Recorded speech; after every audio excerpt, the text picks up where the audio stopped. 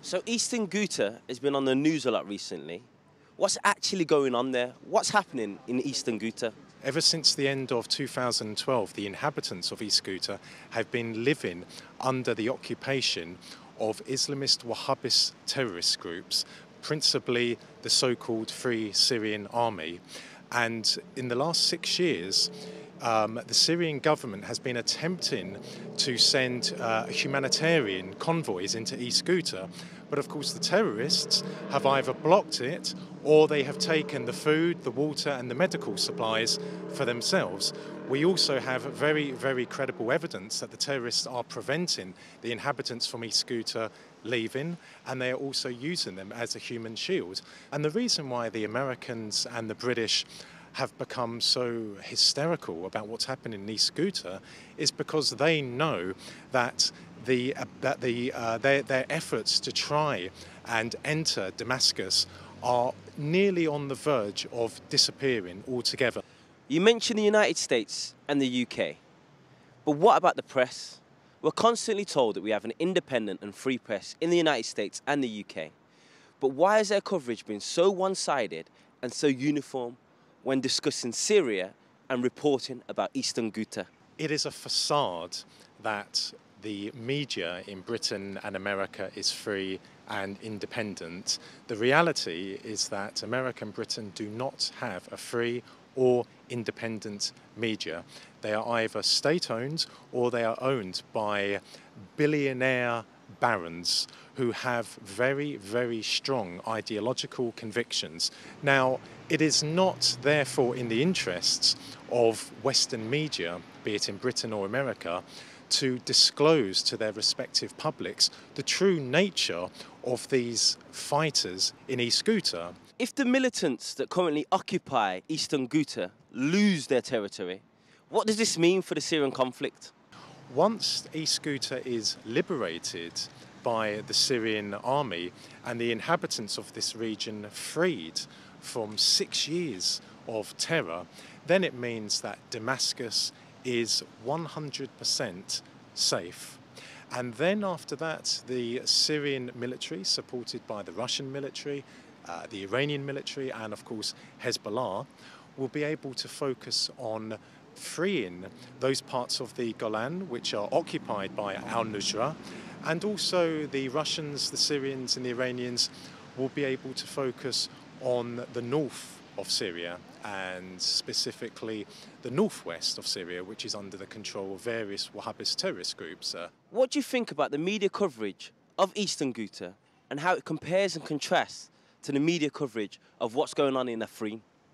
Prior to the illegal Turkish invasion of Afrin, we saw British and American politicians talking about how supportive they were of the Kurds, talking about how it's important for Washington and London to keep on supporting the gallant Kurds. Well, where are those same British and American politicians today? Where have they been in the last month? Because in the last month, the Turkish military, supported by the so-called Free Syrian Army, which effectively is a Wahhabist terrorist group, have been massacring Kurdish civilians, have been pushing Kurdish forces, and also now supported by Syrian government forces, back from the border with Turkey. We have seen horrendous, despicable, evil footage of Kurdish civilians, Kurdish fighters, dead and being mutilated by Turkish soldiers. So where are these wretched British and American politicians today who spoke about their love for the Kurds? The reality is that they were never sincere in their support for the Kurds, and the reality is that their blank check to Turkey is still very much in existence. Whatever Turkey does, be it in northern Syria, in northern Iraq, in Cyprus or the Greek islands, Britain and America will always support Turkey. Turkey is one of their most important allies and friends in the world.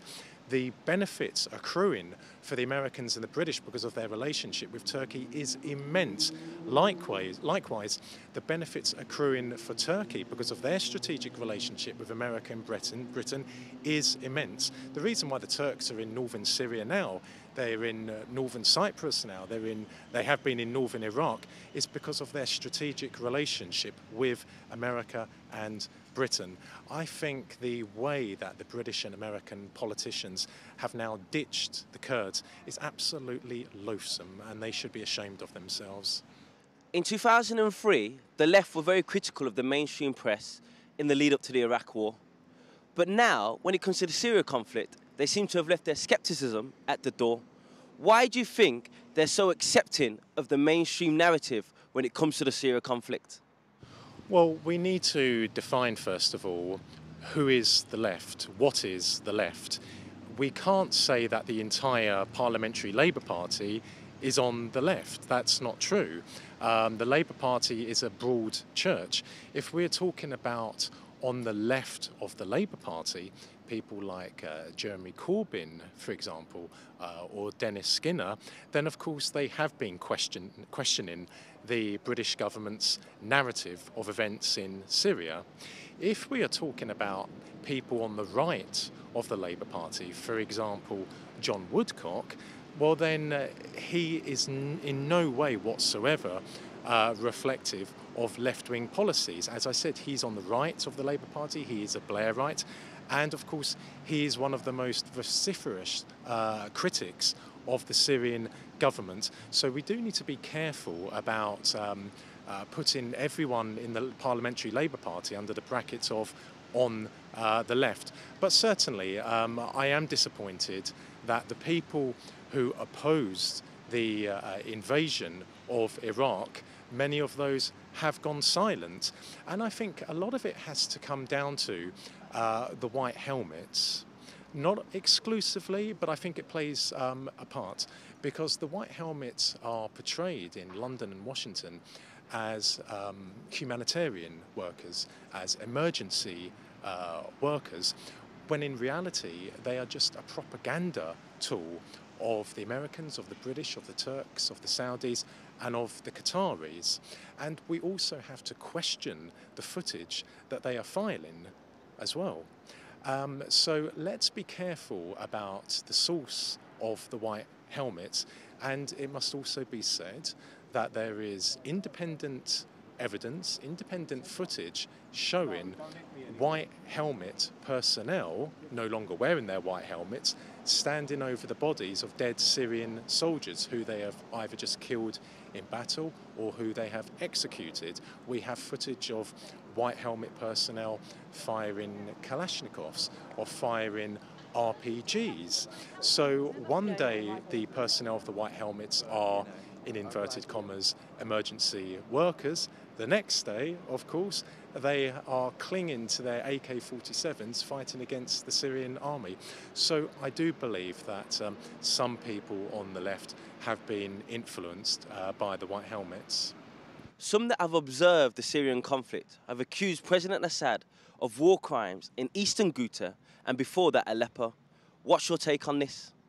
Who is making the accusation that President Assad is guilty of war crimes? The Americans, the British, the Saudis, the Turks, the Qataris? These are not independent sources. These are not reliable sources. These are countries who have invested vast resources in Syria to overthrow a legitimate president and a legitimate government. President Assad has deployed the Syrian military to protect the Syrian people up and down Syria. Now, is it the case that soldiers of the Syrian army have committed war crimes in the last 7 years? Undoubtedly. You tell me an army in history whose soldiers haven't committed war crimes. All of them have. Unfortunately, war brings out the monster in man. But the Syrian High Command, President Assad, has not issued any orders to carry out massacres against the Syrian people. Absolutely not. The Syrian military is there to defend the Syrian people, to liberate the Syrian people from Wahhabist tyranny. Since 2001, we've been told that Britain has been engaged in the so-called war on terror. What has the Syrian conflict showed us about Britain's relationship to terrorism?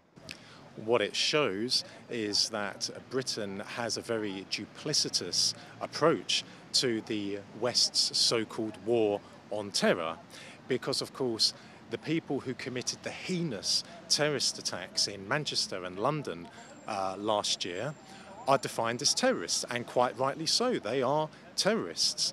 But of course these terrorists' brothers in Syria, when they commit the same sort of crimes against the Syrian people, the British government and British journalists project them as rebels, as freedom fighters.